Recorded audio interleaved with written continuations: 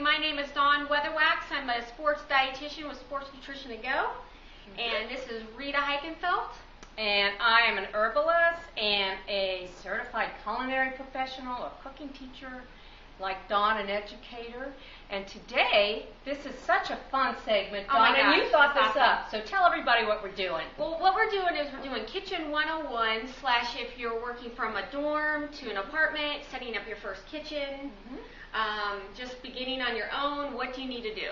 So our purpose today of this segment is to teach you what kind of measuring tools you need today.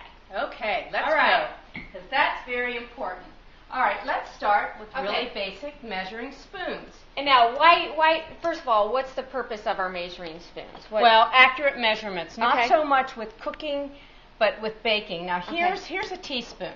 Okay. Just right out of the drawer. Now, if you look at this is a measuring teaspoon. See the big difference? If a recipe says a teaspoon of baking soda and you pull this out, wow, you're going to have an explosion in your oven. And they're just very accurate, really nice. And they usually come in a series of 4, anywhere from like 1/4 of a teaspoon all the way up to a tablespoon. Okay. Really and good. So this is definitely one of the items that you need for your 101 kitchens going to set up everything. Yes, very essential. Okay. And the next thing, and I know we talked about this a little bit, measuring cups. Okay, here are dry measuring cups. And these are used for dry ingredients, and this is used for liquid. And I want you to tell everybody that what you usually use and why.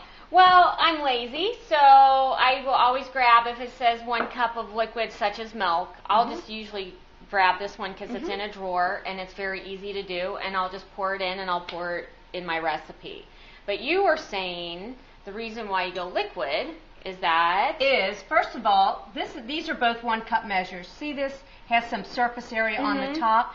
And yes, this dry measuring cup, Dawn measures 1 cup of liquid very easily. Oh, you're right. Now you got to steady your hand. Now try and pick that up. Guess what, you guys? I'm going to end up spilling this. So if you end up walking, you're right. So see, I already dripped it. Yeah. Okay, so a liquid is nice because you have an extra space, Yeah. and that way you're not spilling it and making more mess. Right, and it also has a spout. So there you go.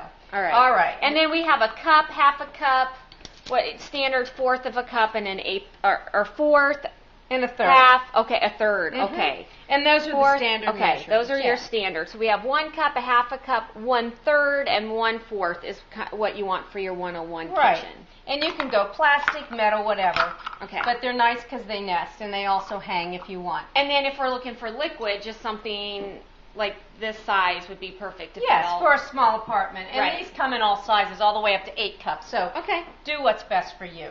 All right. And how many people start out with an electric can opener? Yep. I did, but I went back to the handheld. I know, it's amazing because with the electric, you feel like it takes up space. You have to hook it up. It's not convenient. Cheap, easy. Also, if you need to take off tops, all those types of things.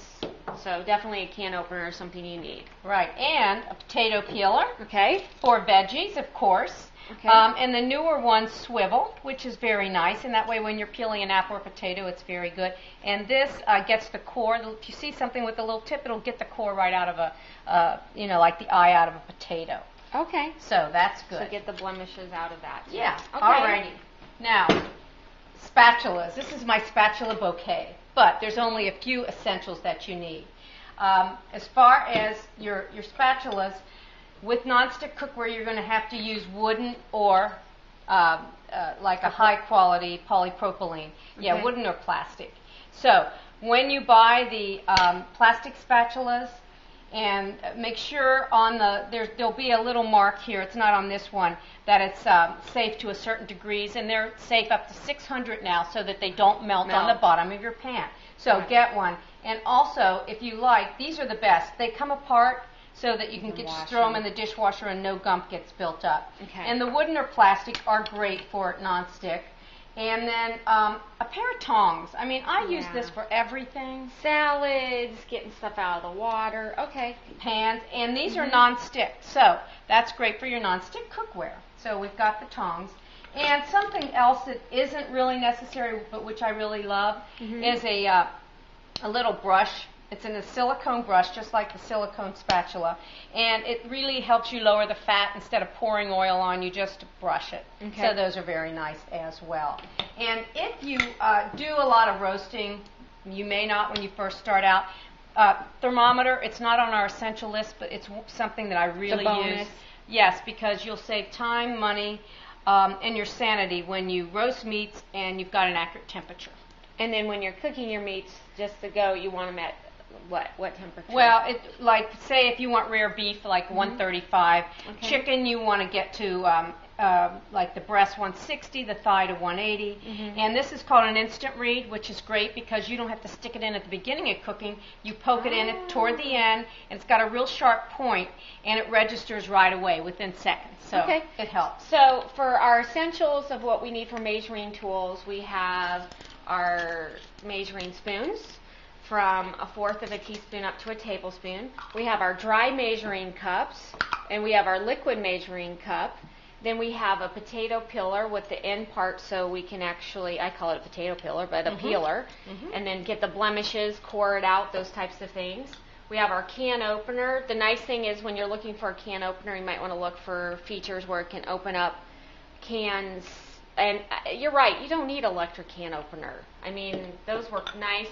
We got our tongs, non-stick. So a lot of cookware is non-stick cookware. And I don't know about you, but it's pretty nice to cook with non-stick. Then we got our wooden spoon or our spatula, but it's at a high temperature, right? Silicone. Silicone. Okay, so silicone. And if you really want to go for the bonus, it can come off, so you can clean it really well. And then our bonus piece is temperature, Thermometer. Yeah. Thermometer. I don't want- Temperature gauge, yeah. There you go. Yeah. So that's our bonus. Okay. All right. Well, I think we've covered the essentials We as did. far as what you need in the drawers. You got it. So this is our first segment for 101 cooking, and you're ready to go to set up your kitchen.